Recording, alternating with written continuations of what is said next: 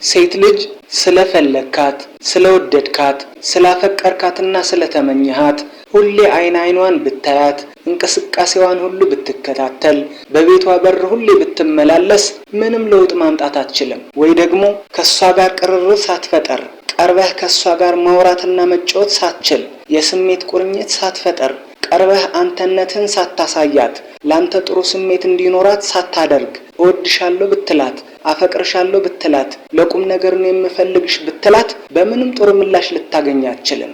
ሰላም የቻናሌ ቤተሰቦች እንዴት ናችሁ? እኔ በጣም ሰላም ነኝ። እናንተም ሰላም እንደምትሆኑ ተስፋ አደርጋለሁ። ዛሬም ለእናንተ ይጠቅማል ብዬ ያሰብኩትን አንድ ምክር ይዤላችሁ መጥቻለሁ። ለዛሬ የመረጥኩት ሐሳብ የሴት ልብ ለማሸነፍ የሚል ነው። እናም ለቻናሌ አዲስ የሆናችሁ ላይክ እና ሰብስክራይብ ማድረጋችሁን አትርሱ። ላይክ አድርጋችሁም ጀምሩት። ይመቻችሁ።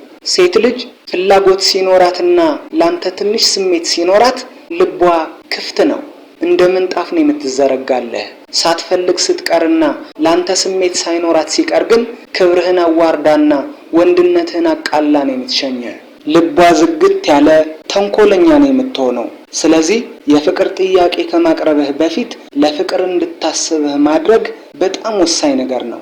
እሷ ለፍቅር እንድታስብህ ወይ ደግሞ ብዙ ሴቶች ለፍቅር እንዲያስቡህ እኔ የምነግርህን እንድታደርግ ትገደዳለህ። እኔ የምነግርህን ነገሮች አሁን ሰምተህ ከትንሽ ጊዜ በኋላ የምትረሳው ከሆነ ምንም ለውጥ የለውም። አንድ ነገር ግን ልንገርህ፣ ምግብ የምትሸጥ ሴት ከምግቡ ትቀምሳለች። ጠላ የምትሸጥ ሴት ከጠላው ትቀምሳለች። ሸንኮራ የሚሸጥ ሰው ከሸንኮራው ይቀምሳል። ልብስ የሚሸጥ ሰውም መርጦ ከልብሱ ነው የሚለብሰው ወይ ደግሞ የሚጠቀመው። አንድ ሰው አጠገቡ ካለ ነገር ነው የሚጠቀመው በአጠቃላይ። ስለዚህ ከሴት ጋር የበለጠ ቅርርብ ሲኖርህም ሴት ጓደኛ የማግኘት እድልህ በጣም ከፍ ያለ ነው የሚሆነው።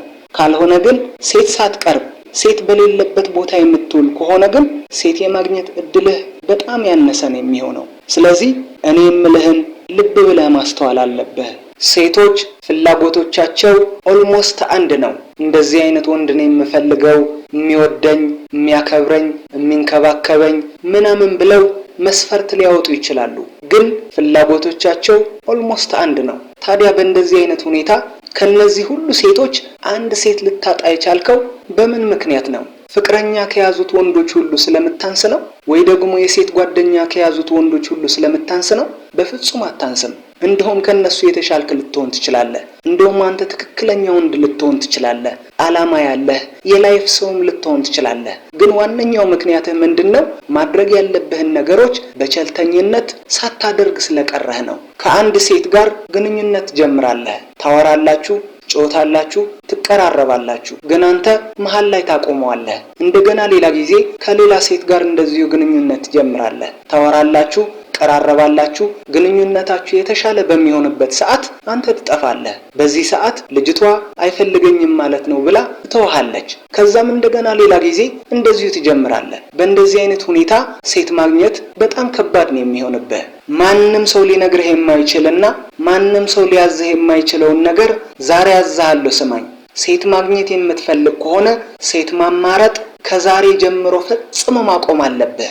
መጀመሪያ በሰው አይን ያልገባችውን ሴት ጋር ግንኙነት ጀምር። መጀመሪያ በሰው አይን ውስጥ ያልገባችውን ሴት ጋር ቅርርብ ጀምር።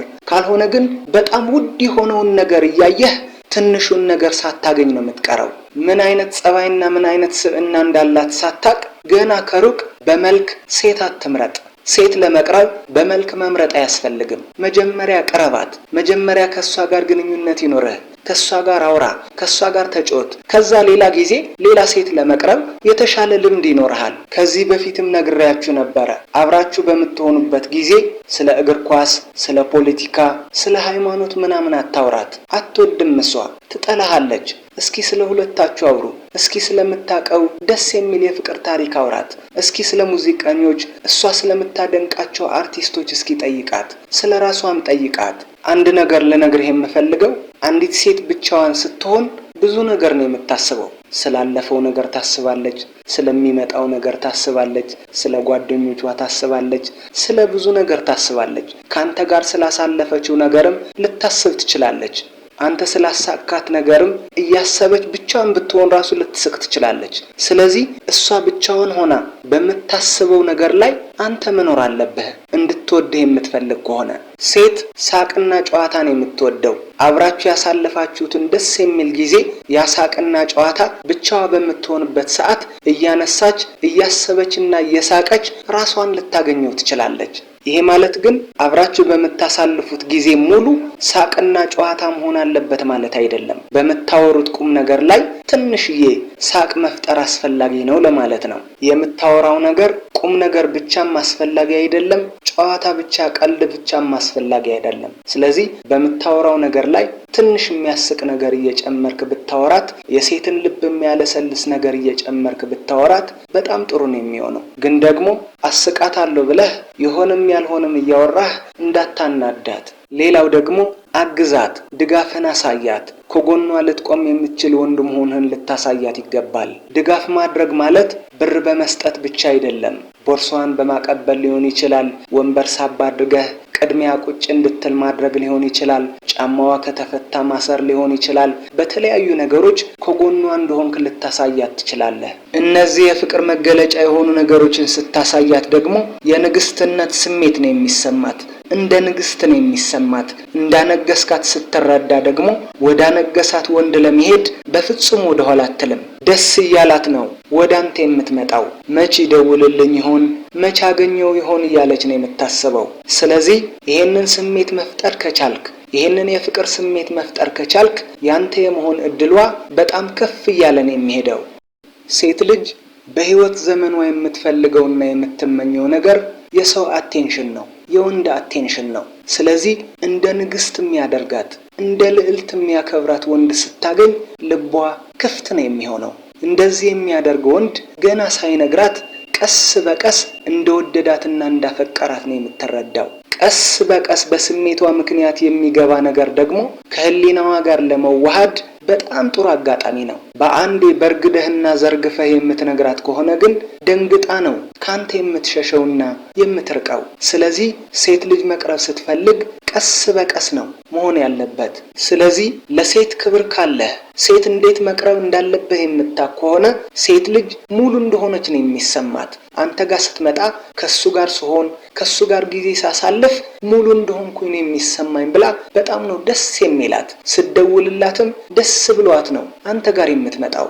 እንደዚህ ካልካት በቀጣይ ስታገኛት በጣም አምሮባት በጣም ቆንጆ ሆናና ተውባ ጨምራ ነው የምታገኛት። ልብስሽ በጣም ነው የሚያምረው። ከሰውነትሽ ጋር የሚሄድ ከሰውነትሽ ጋር ልክክ የሚል ልብስ ነው የምትለብሺው። በጣም ያምርብሻል። ቆይ ግን እናትሽ ሞዴል ነበሩ እንዴ ምናምን እያልክ ልታደንቃት ይገባል፣ በጣም ደስተኛ እንድትሆን የምትፈልግ ከሆነ። ስለዚህ ውብ እንደሆነች የምትነግራት ከሆነ የበለጠ የሚያምርባትና ቆንጆ ልብስ ለብሳ ውበት ጨምራ ራሷን ተንከባክባና ራሷን ጠብቃ ይበልጥ ባንተ ለመወደድ ነው አንተ ጋር የምትመጣው።